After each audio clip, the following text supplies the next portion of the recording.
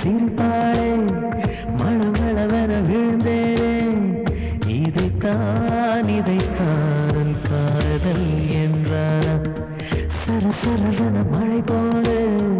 குழு குழுவென நுழைந்தாளே இதைத்தான் ஸ்வர்க்கம் என்றானா மனசுக்குள்ளவளால் அவசர நிலையே சுவாசமே பெண் தேடுதே என் அருகில் அவளும் இருந்தாலே கோடி கோடி இன்பம் கோடி